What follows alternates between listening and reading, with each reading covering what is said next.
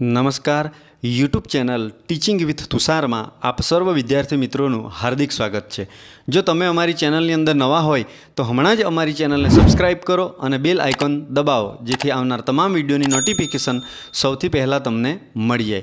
મિત્રો આપણે ધોરણ 12ના ઇતિહાસ વિષયના પાઠ્યપુસ્તક આધારિત પાઠ 3 ભારતમાં યુરોપિયનનું આગમન ના પ્રશ્નો અને તેના જવાબો વિશે અભ્યાસ કરવાના છીએ। ચાલો તો જોઈએ એની અંદર પહેલો પ્રશ્ન નંબર 1 ની વાત કરીશું। તુર્કોએ કોન્સ્ટેન્ટિનોપલ નીચે આપેલમાંથી કયા વર્ષે જીત્યું હતું? કોન્સ્ટેન્ટિનોપલ કયા વર્ષે જીત્યું હતું એની વર્ષ આપેલ છે। પ્રથમ ઓપ્શન નંબર એ ની અંદર ઈસવીસન 1450, ઈસવીસન 1453, સી વિકલ્પ ઈસવીસન 1492, ડી વિકલ્પ ઈસવીસન 1452। તુર્કોએ કોન્સ્ટેન્ટિનોપલ નીચે આપેલમાંથી કયા વર્ષે જીત્યું હતું એનો રાઈટ આન્સર આવશે પ્રશ્ન નંબર 1 નો બી વિકલ્પ સાચો રહેશે। ઈસવીસન 1453 ની અંદર આ તુર્કોએ કોન્સ્ટેન્ટિનોપલ જીત્યું હતું। પ્રશ્ન 1 નો રાઈટ આન્સર આવશે ઈસવીસન 1453। નેક્સ્ટ જોઈએ હવે પ્રશ્ન નંબર 2 ની અંદર મસાલાના દ્વીપ તરીકે ઓળખાતા ઇન્ડો એશિયાની આસપાસના પ્રદેશો તે સમયે ખાલી જગ્યા તરીકે ઓળખાતા હતા। મસાલાના દ્વીપ તરીકે ઓળખાતા ઇન્ડો એશિયાની આસપાસના પ્રદેશો તે સમયે ખાલી જગ્યા તરીકે ઓળખાતા હતા। Option number A West Indies, B America, C Portugal અને ડી આપેલ પૈકી એક પણ નહીં। તો પ્રશ્ન નંબર 2 નો રાઈટ આન્સર આવશે option number A West Indies. તો કે મસાલાના દ્વીપ તરીકે ઓળખાતા ઇન્ડો એશિયાની આસપાસના પ્રદેશો એ સમયે વેસ્ટ ઇન્ડિઝ તરીકે ઓળખાતા હતા। નેક્સ્ટ જોઈએ પ્રશ્ન નંબર 3 ની અંદર સ્પેનનો કોલંબસે અમેરિકાની શોધ ક્યારે કરી હતી? વર્ષ પૂછેલ છે। સ્પેનના કોલંબસે અમેરિકાની શોધ ક્યારે કરી હતી? ઓપ્શન નંબર એ ઈસવીસન 1491, બી ઈસવીસન 1493, સી વિકલ્પ ઈસવીસન 1492 અને ડી વિકલ્પ ઈસવીસન 1490। તો પ્રશ્ન નંબર 3 નો રાઈટ આન્સર આવશે સી વિકલ્પ સાચો જવાબ છે। ઈસવીસન 1492 ની અંદર સ્પેનનો કોલંબસે અમેરિકાની શોધ કરી હતી। નેક્સ્ટ જોઈએ હવે પ્રશ્ન નંબર 4 ની અંદર પોર્ટુગીઝ સરકારે હિન્દમાં તેના પ્રથમ ગવર્નર તરીકે કોની નિમણૂક કરી હતી? પોર્ટુગીઝ સરકારે હિન્દમાં તેના પ્રથમ ગવર્નર તરીકે કોની નિમણૂક કરી હતી? ઓપ્શન જોઈએ ઓપ્શન નંબર એ ની અંદર કેપ્ટન હોકિન્સ, બી વિકલ્પ આલ્ફાન્ઝો અલ્બુક અને સી વિકલ્પ સર ટોમસ રો અને ડી આલ્મેડા। તો પ્રશ્ન નંબર 4 નો રાઈટ આન્સર આવશે ડી આલ્મેડા। અને વર્ષ પણ આપણે ધ્યાન રાખીશું તો કે ઈસવીસન 1507 વર્ષ પૂછાય તો આપણે ધ્યાન રાખીશું। તો કે પોર્ટુગીઝ સરકારે હિન્દમાં તેના પ્રથમ ગવર્નર તરીકે આલ્મેડાની નિમણૂક કરી હતી। પ્રશ્ન નંબર 4 નો રાઈટ આન્સર ડી આલ્મેડા। હવે જોઈએ આગળ પ્રશ્ન નંબર 5 ની અંદર પોર્ટુગીઝોએ ભારતમાં સામ્રાજ્ય વિસ્તાર કરીને નીચે આપેલ પૈકી કોને રાજધાની બનાવી હતી? પોર્ટુગીઝોએ ભારતમાં સામ્રાજ્ય વિસ્તાર કરીને નીચે આપેલ પૈકી કોને રાજધાની બનાવી હતી? રાજધાનીમાં જોઈએ ઓપ્શન નંબર એ પોંડેચેરી, બી ગોવા, સી મુસલીપટ્ટમ, ડી ચંદનપુર। તો પ્રશ્ન નંબર 5 નો રાઈટ આન્સર રહેશે બી વિકલ્પ સાચો છે, ગોવા જવાબ આવશે રાજધાની તરીકે। એટલે કે પોર્ટુગીઝોએ ભારતમાં સામ્રાજ્ય વિસ્તાર કરીને નીચે આપેલ પૈકી કોને રાજધાની બનાવી હતી? તો કે ગોવાને। આગળ જોઈએ હવે પ્રશ્ન નંબર 6 ની અંદર કયા મુઘલ સમ્રાટના સમયમાં અંગ્રેજોએ વેપારી કોઠી સ્થાપવાનો અધિકાર પ્રાપ્ત કર્યો હતો? ઓપ્શન નંબર એ અકબર, બી જહાંગીર, સી વિકલ્પ શાહજહાં અને ડી ઔરંગઝેબ। તો પ્રશ્ન નંબર 6 નો રાઈટ આન્સર આવશે બી વિકલ્પ જહાંગીરના સમયમાં। કયા મુઘલ સમ્રાટના સમયમાં અંગ્રેજોએ વેપારી કોઠી સ્થાપવાનો અધિકાર પ્રાપ્ત કર્યો હતો? તો કે જહાંગીરના સમયની અંદર। આગળ જોઈએ પ્રશ્ન નંબર 7 મુંબઈ ટાપુ અંગ્રેજોને કોની પાસેથી મળ્યો હતો? ઓપ્શન નંબર એ મરાઠા, બી વિકલ્પ મુઘલ, સી ફ્રાન્સ પાસેથી, ડી પોર્ટુગલ. મુંબઈ ટાપુ અંગ્રેજોને કોની પાસેથી મળ્યો હતો? પ્રશ્ન નંબર 7નો રાઈટ આન્સર આવશે પોર્ટુગલ. ડી વિકલ્પ સાચો છે. પોર્ટુગલ અથવા પોર્ટુગીઝ પણ આપણે કહી શકીએ. આગળ જોઈએ પ્રશ્ન નંબર 8. નીચે આપેલ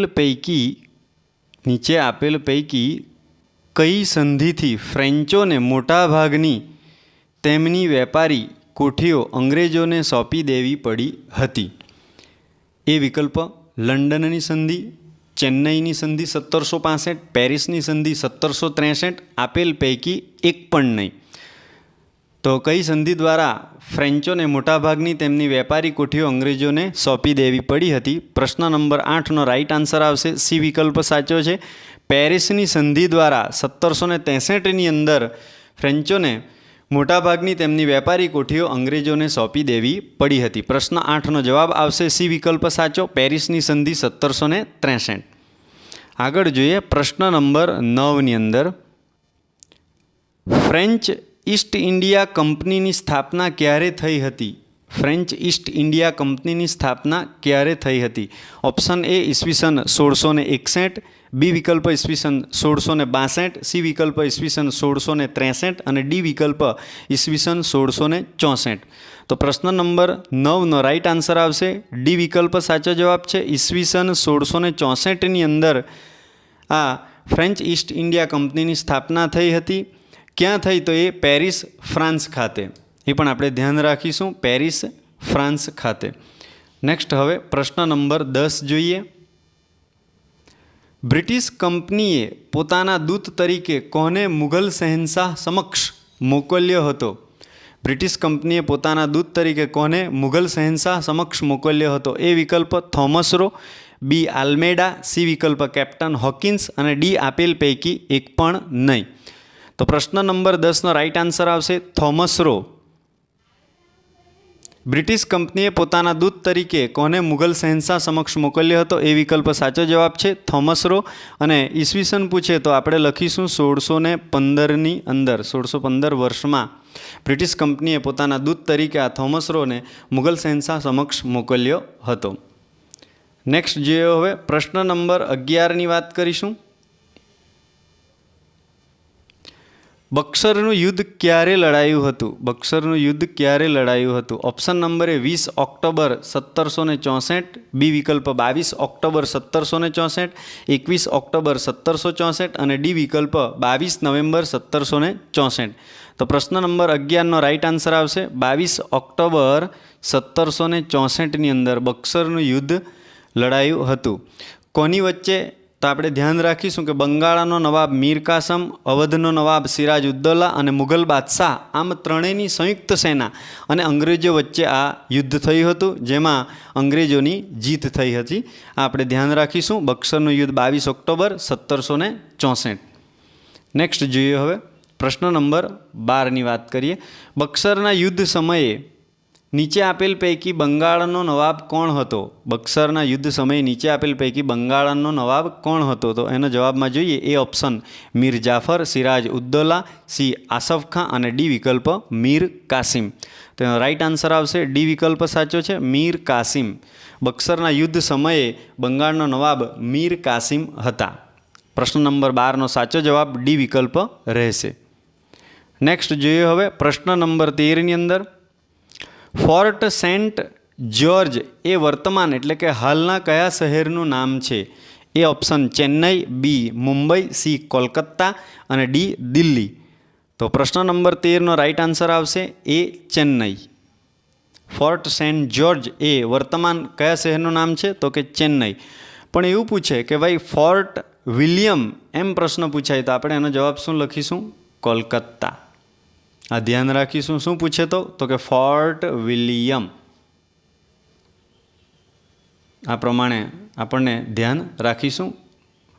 આગળ જોઈએ પ્રશ્ન નંબર 14ની વાત કરીએ.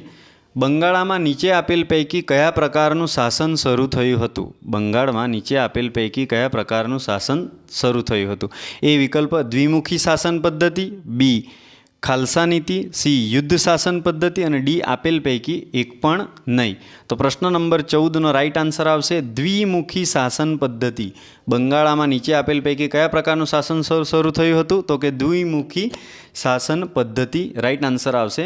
દ્વિમુખી શાસન પદ્ધતિની વાત કરીએ તો એ બક્સરના યુદ્ધ સાથે, તો કે દ્વિમુખી એટલે બે પ્રકારનું કે બે સ્વરૂપનું, અને શાસન પદ્ધતિ એટલે વહીવટતંત્ર. દ્વિમુખીને અંગ્રેજી ભાષામાં શું કહેવામાં આવે? તો કે ડાયાર્કી કહેવાય. આ પણ ધ્યાન રાખીશું, અંગ્રેજી ભાષામાં એને ડાયાર્કી કહીશું. બીજી મિત્રો વાત કરી લઈએ તો કે કંપનીના શાસકો કોઈપણ રીતે મહેસૂલ મેળવવા જે બંગાળના ખેડૂતો ઉપર અત્યાચાર કરતા, તેમનું શોષણ કરતા. આથી બંગાળાની ગરીબી, બેહાલી અને શોષણનો ભોગ બન્યો અને દુષ્કાળની પરંપરા સર્જાઈ ગઈ. આગળ જોઈએ હવે નેક્સ્ટ પ્રશ્ન નંબર 15ની વાત કરીશું.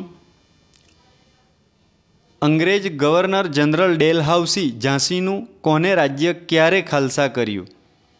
પ્રશ્ન નંબર 15માં જોઈએ વિકલ્પ એ જાગીરદાર કુંવરસિંહનું 1857, હજરત મહાલનું 1848, રાણી લક્ષ્મીબાઈનું 1854, આપેલ પૈકી એક પણ નહીં. અંગ્રેજ ગવર્નર જનરલ ડેલહાઉસી ઝાંસીનું કોનું રાજ્ય ક્યારે ખાલસા કર્યું હતું? પ્રશ્ન નંબર 15નો રાઈટ આન્સર આવશે સી રાઈટ આન્સર છે રાણી લક્ષ્મીબાઈનું 1854ની અંદર. આગળ જોઈએ હવે પ્રશ્ન નંબર 16ની વાત કરીશું. આપણા વિડીયોનો છેલ્લો પ્રશ્ન. યુરોપિયન પ્રજાનો ભારત આવવાનો ક્રમ નીચે આપેલ પૈકી કયો સાચો છે? ક્રમ આપણને આપવામાં આવેલો છે યુરોપિયન પ્રજાનો ભારત આવવાનો ક્રમ. એ ઓપ્શન ડચ, પોર્ટુગીઝ, ડેનિશ, બ્રિટિશિયર અને ફ્રેન્ચ. બી વિકલ્પની અંદર પ્રથમ પોર્ટુગીઝ આપેલ છે, સીમાં બ્રિટિશિયર અને ડીમાં ડેનિશ. તો અહીં પ્રશ્ન નંબર 16નો રાઈટ આન્સર આવશે બી વિકલ્પ સાચો છે, જેમાં પ્રથમ પોર્ટુગીઝ આવે, ત્યારબાદ ડચ. પોર્ટુગીઝ એટલે ફિરંગી, ડચ એટલે વલંદા અને બ્રિટિશિયર એટલે અંગ્રેજો અને ડેનિશ ડેનમાર્ક, ફ્રેન્ચ એટલે ફ્રાન્સિસ. તો આ પ્રમાણે યુરોપિયન પ્રજાનો ભારત આવવાનો ક્રમ માટે બી વિકલ્પ સાચો રહેશે. પરંતુ મિત્રો આપણને કદાચ ગુજરાતના આ જે યુરોપિયન પ્રજા છે એનો ગુજરાત આવવાનો ક્રમ પૂછે તો આપણે પ્રથમ પોર્ટુગીઝ આવે, ત્યારબાદ ડચ આવશે, ત્યારબાદ બ્રિટિશિયર એટલે કે અંગ્રેજો અને છેલ્લે આવશે ફ્રેન્ચ.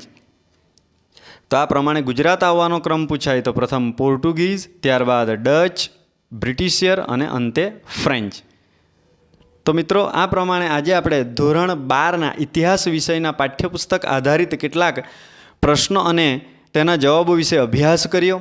જો તમને આ વિડીયો ગમ્યો હોય તો હમણાં જ અમારી ચેનલને સબસ્ક્રાઈબ કરો, વિડીયોને લાઇક કરો અને સ્પર્ધાત્મક પરીક્ષાની તૈયારી કરતા તમારા મિત્રને શેર કરો. નવા વિડીયોમાં ફરી મળીશું. ત્યાં સુધી જય હિન્દ, વંદે માતરમ, ભારત માતા કી જય.